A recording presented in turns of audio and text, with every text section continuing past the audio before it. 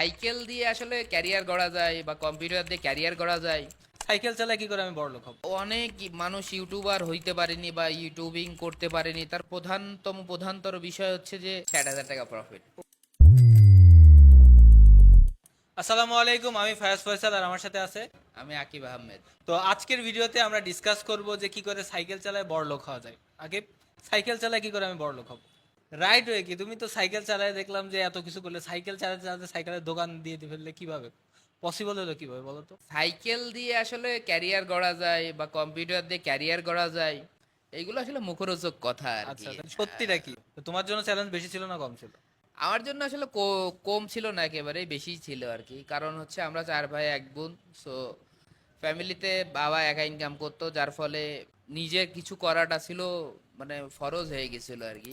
প্রথমে ভিডিও বানাতাম, মানুষের ভিডিও ইউটিউব চ্যানেলে আপলোড করে দিতাম, কপিরাইট আর কি। পরে নিজে 2 একটা ইউটিউব চ্যানেলে কাজ করলাম, সেখানেও কিছু করতে পারলাম না। পরে মনে হলো যে আসলে নিজের একটা স্কিল না থাকলে কি দেখাবো, হুম। তাই না?